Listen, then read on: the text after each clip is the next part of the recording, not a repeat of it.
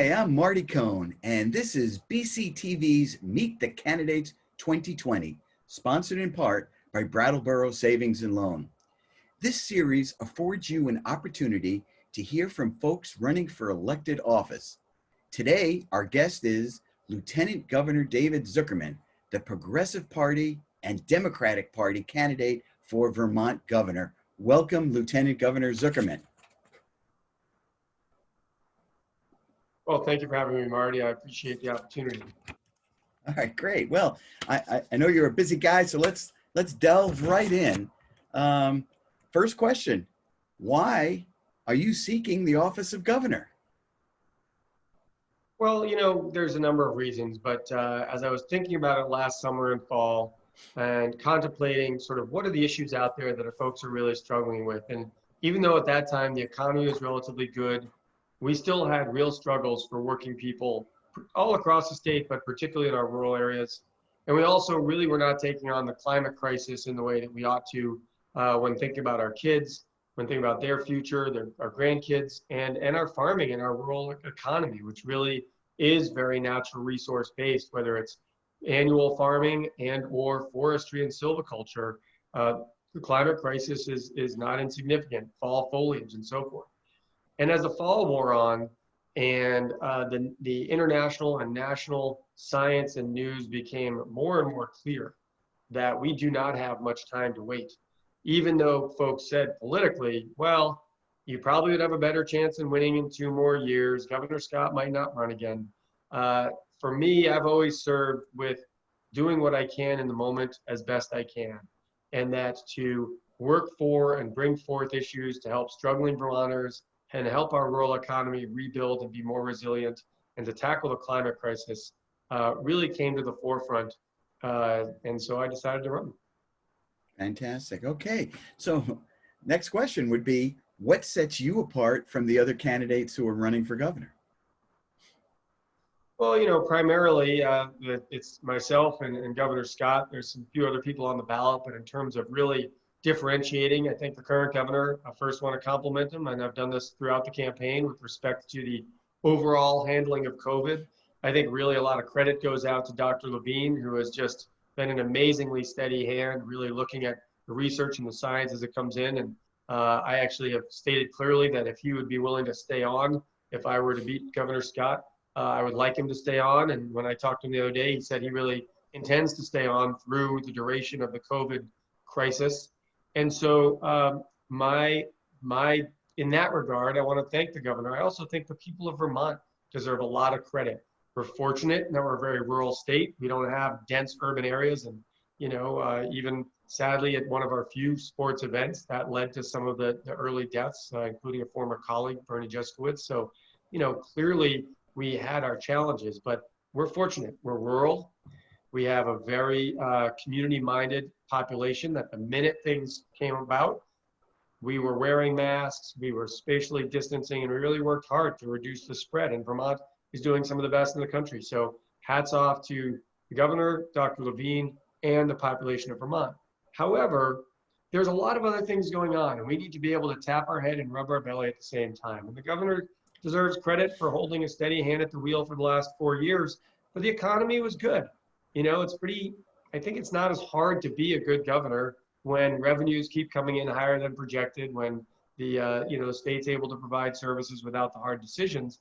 At the same time, during those years, you really need to be not only steady at the wheel in the moment, but planning for the future. What bumps are going to be in the road down the line? And nobody could have predicted COVID, but we did know, and we do know, that our rural economy is struggling, that our dairies are struggling, that there's a lot of working Vermonters who are slipping through the cracks.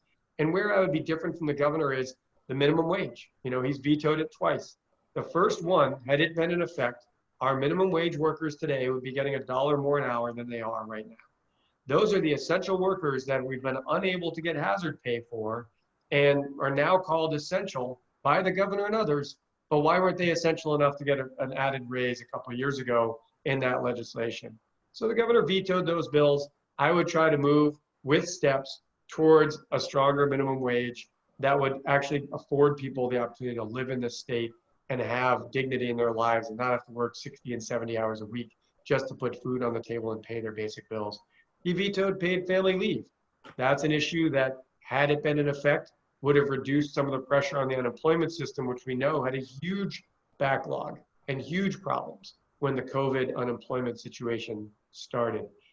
Back in May, under this crisis situation, I would have declared September Outdoor Education Month and would have said, let's start our education year in the fall with the plan being for teachers to teach their courses in an outdoor environment, maybe incorporate outdoor realities into their curriculum.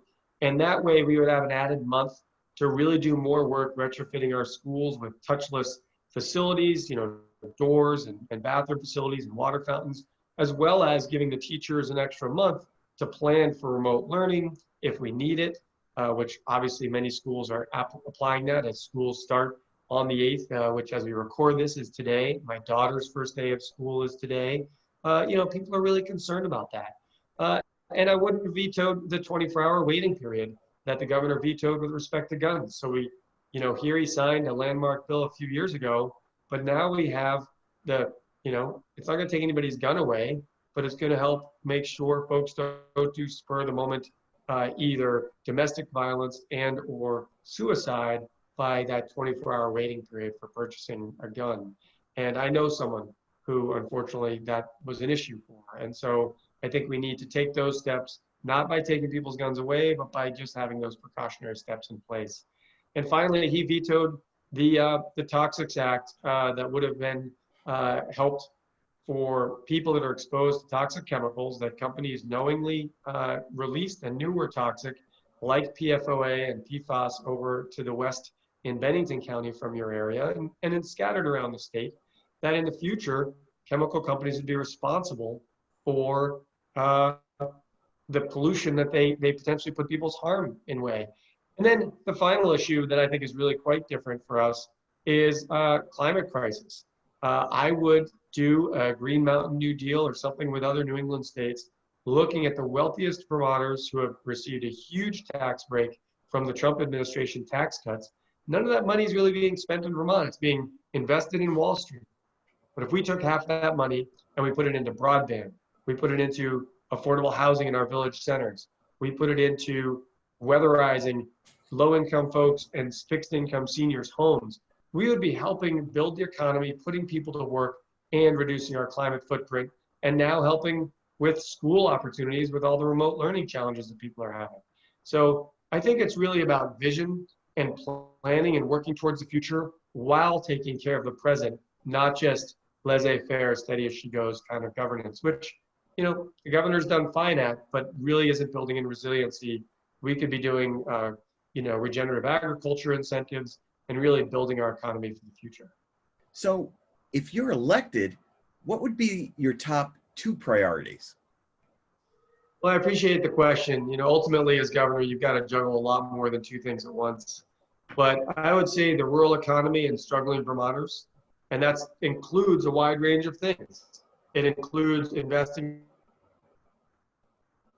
in our rural agricultural economy. It means investing in broadband and affordable housing in our rural areas. It means keeping our state colleges open and functioning so that they both maintain the jobs in that region, the economic benefit to the whole northern and eastern part of the state, as well as the hope and opportunity for our younger kids from our working class families. And we really, economic justice for people, making sure people are paid for their work, and our rural economy really are the main focus that bring in all of these issues, including affordable childcare. Okay, good segue to my next question. If you're elected, what would you do to ensure that more Vermont families with young children can find and afford childcare? Well, I think, again, the administration's been relatively creative right now during COVID.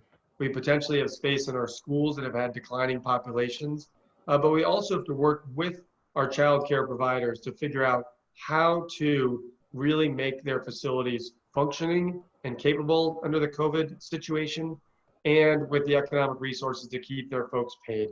We have had a wage pressure on frontline workers, from child care workers to grocery clerks to others, for 20 or 30 years that just keeps squeezing them harder and harder. And it's very hard for the child care centers and child care business operators to keep their employees. So we need to be looking at universal primary health care. that again would help some of those folks feel like they at least had some of their expenses covered as part of living in a just society in Vermont, if they're at work and able to keep those jobs. We also need to look at increasing the funding for childcare subsidies. And we need to really ask those childcare providers, what are some of the hurdles keeping you from opening, and address them. So there's a range of factors there, but maybe we really need to bring schools in and see where there is also space and opportunity there.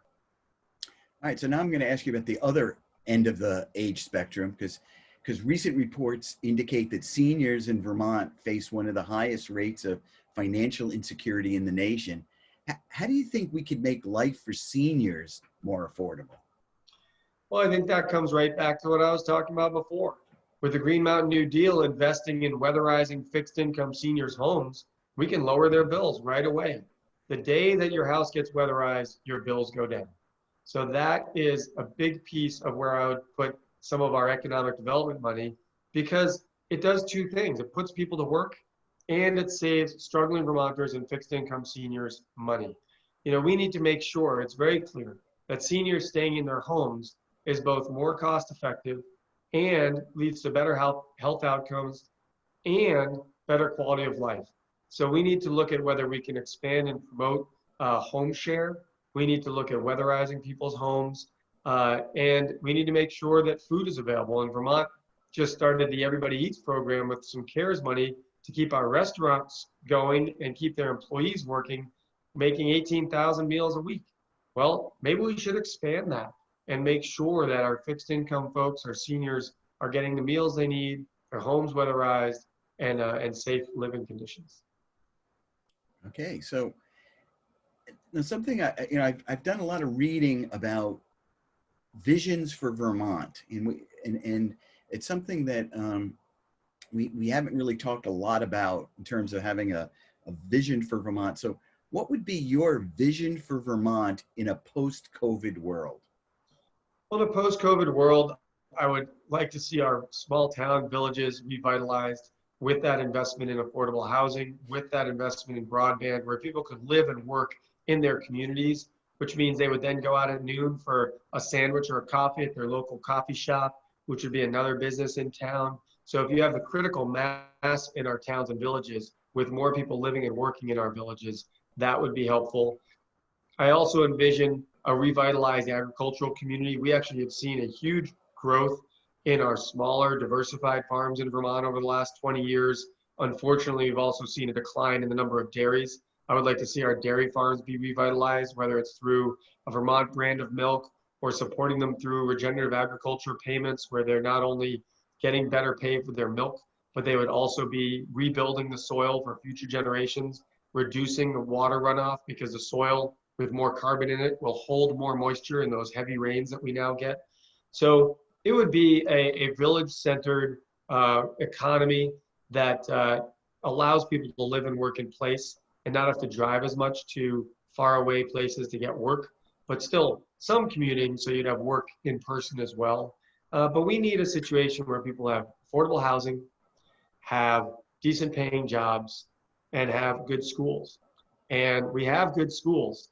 We need to keep our community schools open. We need to revisit those aspects of Act 46 that have allowed some of these districts to just single-handedly shutter or propose shuttering some of those small community schools. The goal is to keep those open. And we thought when we drew up Act 46, there was going to be that opportunity for alternative structures for some of those small school districts. That was not followed by the Scott administration and in the proposals from the Education Secretary or by the Board of Education with respect to forcing mergers. And I think we need to have that conversation. We need to look at how to save money in our schools. And I think one of the main ways to do that, and I brought this to the governor, but he chose to do nothing with it, was to look at our human services budget at $2.4 billion, look at our education budget at $1.7 billion, and the growth in education. The thing the governor is so concerned about is education spending. The growth is in social services in our schools. So why not bring those two silos together, find that overlap, work to make a better continuum of service for our kids so we have better outcomes, and save some money by reducing some of that overlap and take some of the pressure off our schools and our school budgets at providing social services, which is not what they were designed to do. These are shifts in our public system that would be both more efficient and produce better outcomes by creating these community schools rather than closing them. And I think that's a big piece of how we also move towards a future with strong communities and strong families. All right, thank you. Well, last question for the series. What do you want voters to know about you? Well, I think it's important to know that I'm accessible. I still reach out to people when I see someone saying maybe not as kind things about me in some social media situation, sometimes about things that may or may not actually even be true. And I say, you know what, I'm happy to chat about it. And a lot of times we strike up the conversation. Some people are willing to have that conversation. I will listen to their concerns and their issues and say, respond with what is happening versus what they may perceive to be happening, or what can be done to rectify it, as well as answer any questions about any issues that people have with me. I have worked hard for the last 4 years as lieutenant governor to be a bit of an ambassador for democracy.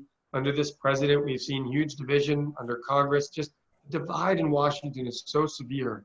And I think we can have a more collaborative system here where we might run with party labels, but when we serve for everybody.